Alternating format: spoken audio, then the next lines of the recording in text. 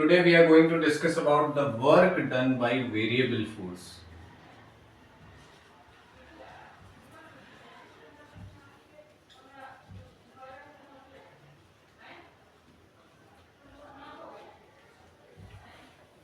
For an example, if there is a point A and we need to reach the point B.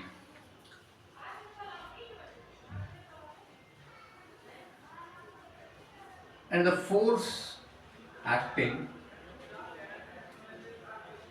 on the particle varies. Like sometimes it is here, sometimes it is here, sometimes it is here, sometimes it is here. Force is variable when its magnitude, comma, its direction or both varies.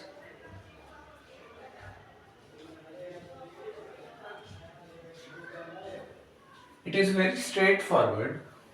अगर force का magnitude या फिर force का जो direction है वो very कर रहा है या फिर दोनों अगर वेरी कर रहे हैं एक साथ पे, तो वैसा फोर्स वेरिएबल फोर्स होता है। सबसे पहले तो फोर्स कौन सा, अगर मान लो एक फोर्स यहाँ लग रहा है फिर बाद में वो यहाँ लग रहा है, मान लो पहले ये 10 मैग्नीट्यूड का था फिर 4 हो गया और इसकी डायरेक्शन भी इस तरह से बदल गई, तो वो एक वेरिएबल फोर्स होगा।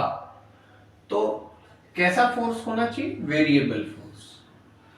तो हम वर्क डन पढ़ते हैं वो W is equal to f dot d s, f dot S.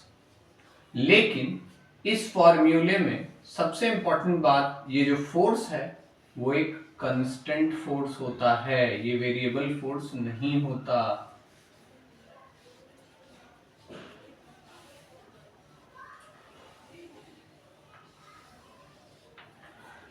हम अब एक वेरिएबल फोर्स का वर्क डन निकालने के लिए क्या करें और कैसे करें।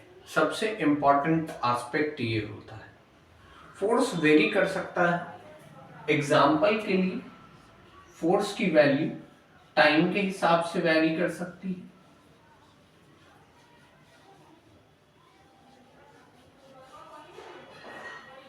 फोर्स की वैल्यू डायरेक्शन के हिसाब से वेरी कर सकती है।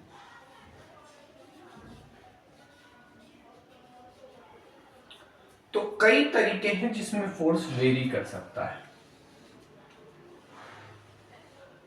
अब हम कैसे पहचानेंगे कि फोर्स कितने प्लेन्स में वेरी कर रहा है या 3D में वेरी कर रहा है। तो इंपॉर्टेंट पॉइंट ये है कि अगर ये एक एक्स वाई प्लेन है, अगर ये एक एक्स वाई प्लेन है और यहां पे फोर्स कुछ डी एस फोर्स है, तो हमें ये पता है कि फोर्स एक्स वाई प्लेन में है, यानी कि फोर्स अगर वेरी कर रहा है तो वो आई कैप और जे कैप की ही वैल्यूज में वेरी कर रहा होगा। ठीक है, तो हम इसके आगे बढ़ते हैं।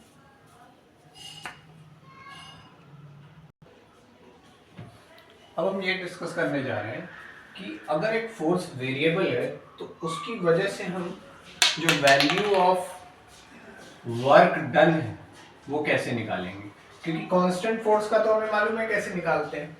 ठीक है, तो work done by variable force dW is equal to f dot d S.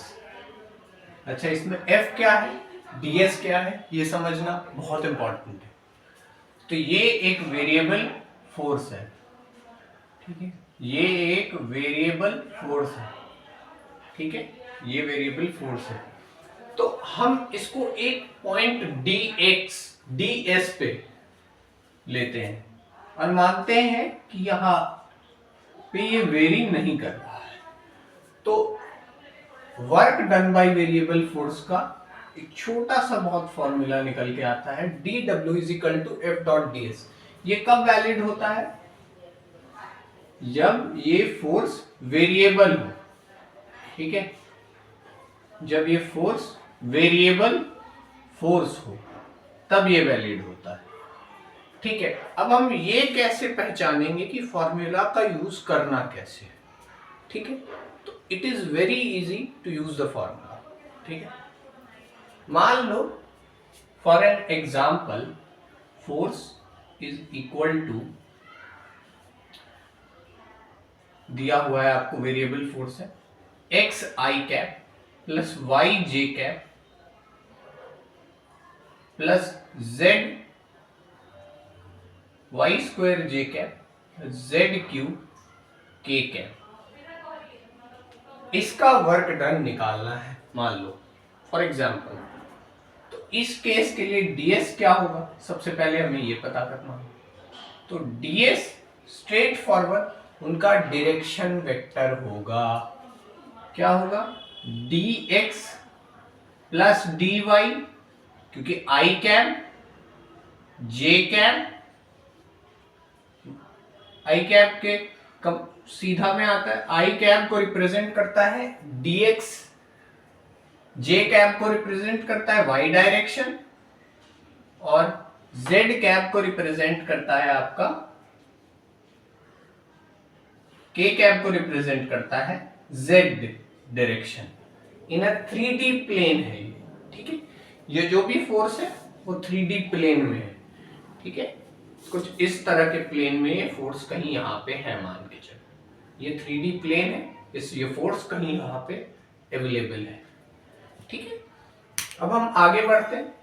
अब इसको रिजॉल्व कैसे करेंगे, तो dw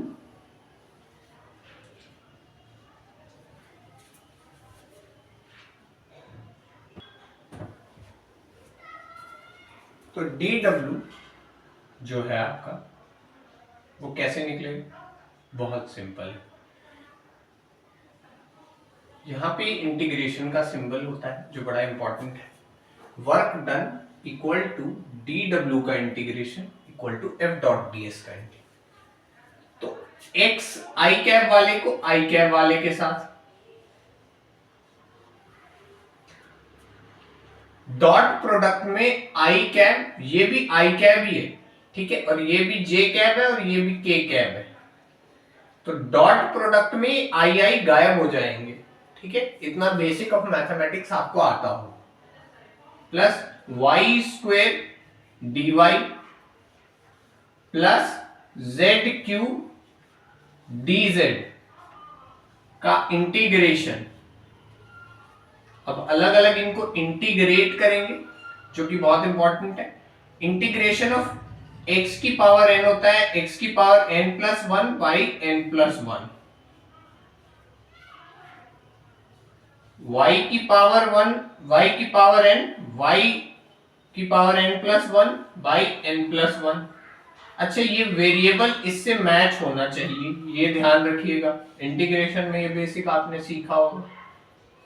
z की power 3 plus one by 3 plus one.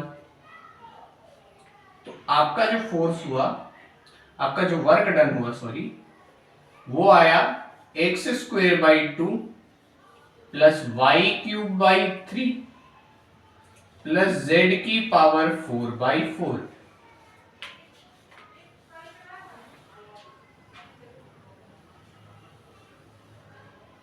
ये तो आंसर निकालने का एक तरीका है, लेकिन इस क्वेश्चन से हमें ये पता चला ये तीनों अगर अवेलेबल है तो हमें यह पता चला कि फोर्स एक 3D फोर्स है। फोर्स कैसा है, 3D फोर्स है। ठीक है, इसलिए हमने ds 3D का ही लिया है। ठीक है, ये इंपॉर्टेंट है कि इसलिए हमने ds 3D का ही लिया है। अगर ये 2D फोर्स होता तब हम क्या करते, ये मैं अभी आपको जस्ट दिखाऊंगा। ठीक है, इसको नोट करें।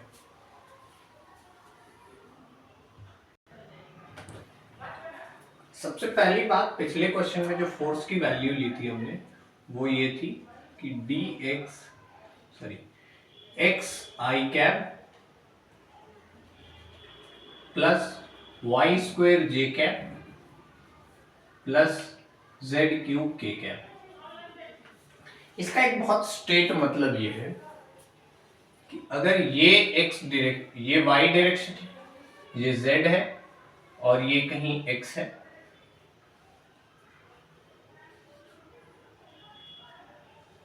तो फोर्स को जो रिप्रेजेंट करने का तरीका है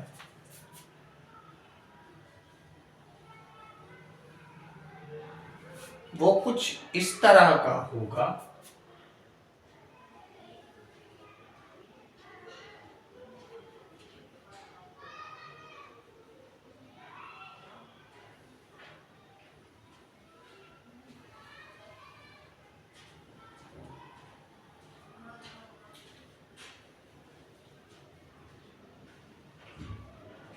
फोर्स को जो रिप्रेजेंट करने का जो तरीका है वो इस तरह का होगा।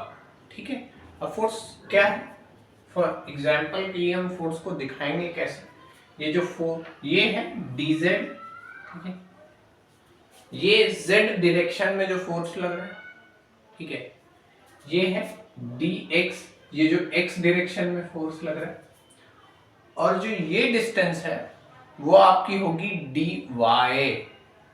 ठीक है, ये होगी आपकी dy। और जो टोटल डिस्टेंस होगी, जो ds लेंगे हम फिर वो इसी हिसाब से लेंगे और ds ये होगा। इस तरह से कुछ इस फोर्स का रिप्रेजेंटेशन किया जाता है जब आपका ds हमने जो लिया वो क्या लिया, dx plus dy plus dz, यानी कि फोर्स कुछ इस डायरेक्शन में कुछ इस तरह से अवेलेबल होगी।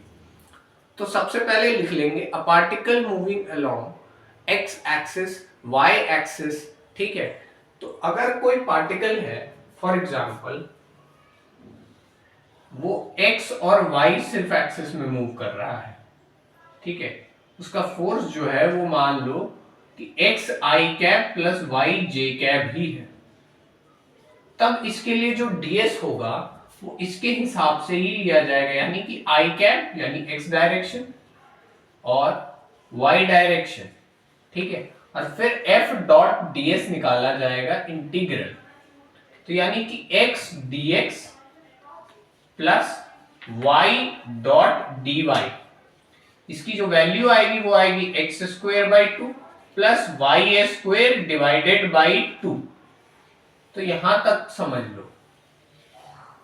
This is the most important part to understand the concept of work done by the variable force.